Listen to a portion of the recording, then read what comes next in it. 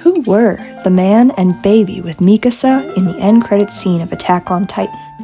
Did Mikasa marry after the death of Eren?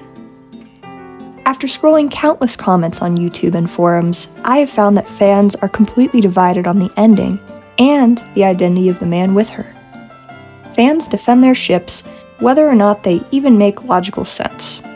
So, I have made this video based on evidence from the manga and the anime to clear up some confusion. This may rile some fans up, and I may turn the whole world against me. Get it? But it must be said nonetheless. As much as I love Eren and Mikasa and wish the two could have a happy ending together, I was heartbroken at Eren's death. However, I am still satisfied with the ending Isayama gave us, and would be okay if Mikasa married and had a happy life following Eren's death. Here are some of my own theories about the end scene, and some popular fan theories disproven. To start, we must acknowledge that Hajime Isayama is a big fan of using both foreshadowing and parallels in his work. One of the most important parallels that he gives us is of Mikasa and the founder Ymir Fritz. Though the two men they each love are completely different, the two women have similar situations but opposite responses to their circumstances. While one is trapped in her trauma-bonded love for her king, the other sacrifices her own desires and kills her childhood friend and lover for the sake of humanity's survival.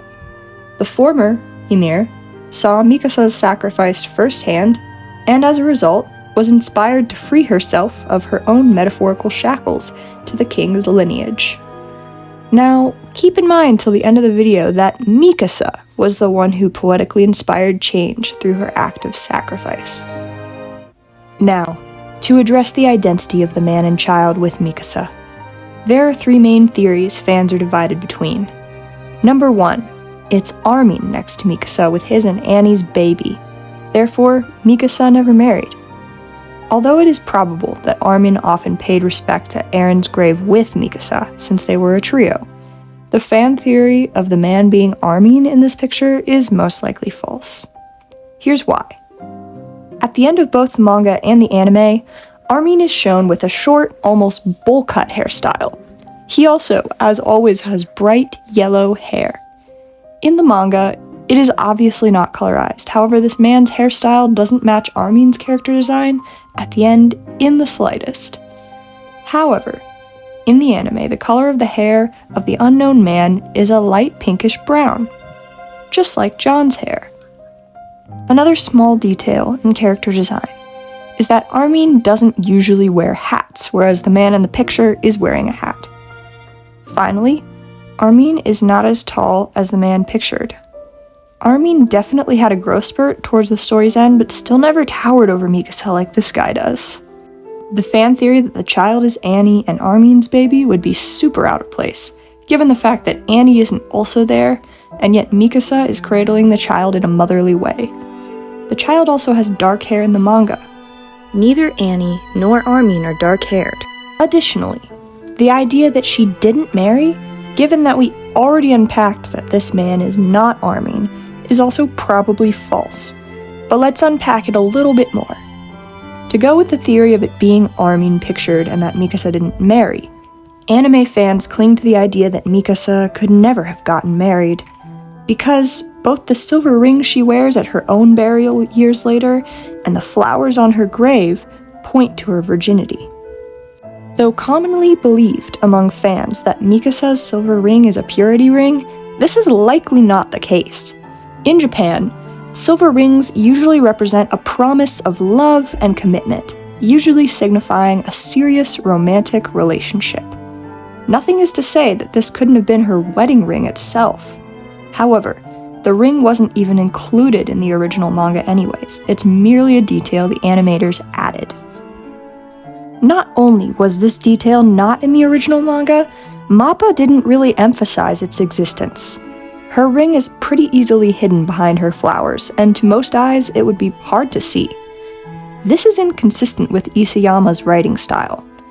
When Isayama tries to emphasize something, he does so multiple times to further strengthen the emphasis behind whatever point he's making. Not only is this detail something that isn't strongly emphasized, but it's also something the author himself didn't even write in. This leads me to believe that it wasn't a very key detail. To go with this theory, many fans suggest that the flowers over her grave are white roses, which symbolize devotion and purity. However, as the anime shows, they're actually light-colored carnations, which represent pure love and are also commonly used to honor motherhood and close loved ones. They are some of the same flowers she left on Erin's grave years before in the anime. The second fan theory, that I don't really believe has much validity, is the idea that Mikasa married a random guy that wasn't part of the story, just like Historia married the farmer. In Japan, and anywhere else, it's pretty uncommon for a stranger to go to someone's grave that they've never met. It's a bit unusual for even Peak to have visited Erin's grave with the rest of the ambassadors, given the fact that she never knew him. Likewise, it would be strange that Mikasa found and met some random guy so quickly, decided to have a baby with him, and then visit Erin's grave together so soon. This almost completely destroys this theory. It had to have been someone who knew Eren personally if he was paying respects alongside Mikasa.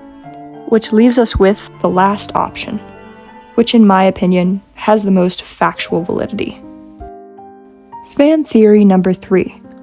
John and Mikasa got together, and it's their child with them in the picture. The man pictured looks a heck of a lot like John. He has the same colored hair as John, a light pinkish brown. He also has the same hairstyle, the mullet. The man pictured has the same hat we've seen John sport multiple times in Season 4. John, while visiting Erin's grave with the 104th, is even dressed in the same suit as the man in this picture. Finally, the heights of John and this man match. As the tallest member of the Corps at 190 centimeters, he towers over Mikasa's 176 centimeters, and she's a pretty tall lady. He also knew Eren personally, so it would make sense for him to visit Erin's grave, and mourn alongside her. To strengthen this theory, don't forget how Isayama loves foreshadowing. Remember John's dream in chapter 127? He dreamt of a peaceful life with his wife, who is Mikasa in the dream, and they had a dark-haired child together. Well, it may not be just a coincidence that Isayama left that in there. On a side note, John happens to be one of Isayama's favorite characters. He probably wanted to give the character a happy ending. One theory fans use to counter John being her husband is that since John is an ambassador for peace, he is kill on sight in Paradise Island. Therefore, their marriage would be unlikely.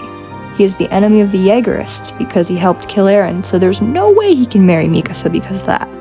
Hence, it must be Armin next to her. Right? Well, not quite. What many fans forget is that Armin is also an ambassador for peace, as are the rest of the surviving Survey Corps members, along with the former warriors.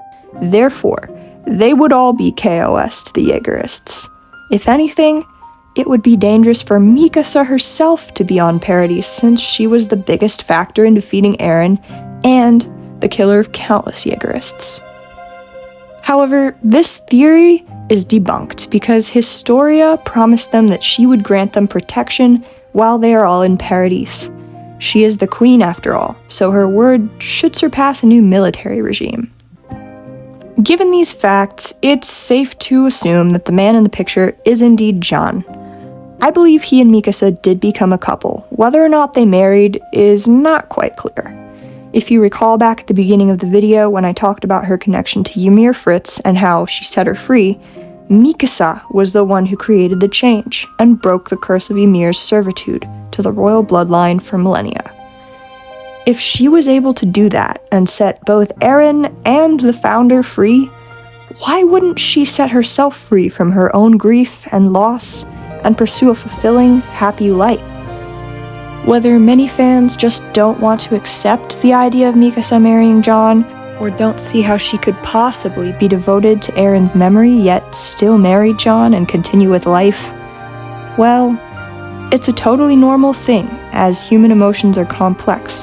Her potentially marrying John does not in any way negate her everlasting love for Eren. He is not a replacement for Eren. He is just John. Eren himself told her to go on and live a happy life after him, to even forget him. Obviously, she couldn't forget him, but evidence does point to her healing and living a happy life after a healthy period of mourning. What probably happened was this. It was always clear that John loved Mikasa since he first met her, but he knew he stood no chance with Eren around. Likely, John let her grieve, and as a friend he supported her through it alongside the other Survey Corps members. Finally, once she had processed everything that had happened and had healed to some extent, he likely then proposed partnership, to which she agreed. At that point, she was probably at a place that her heart could love again.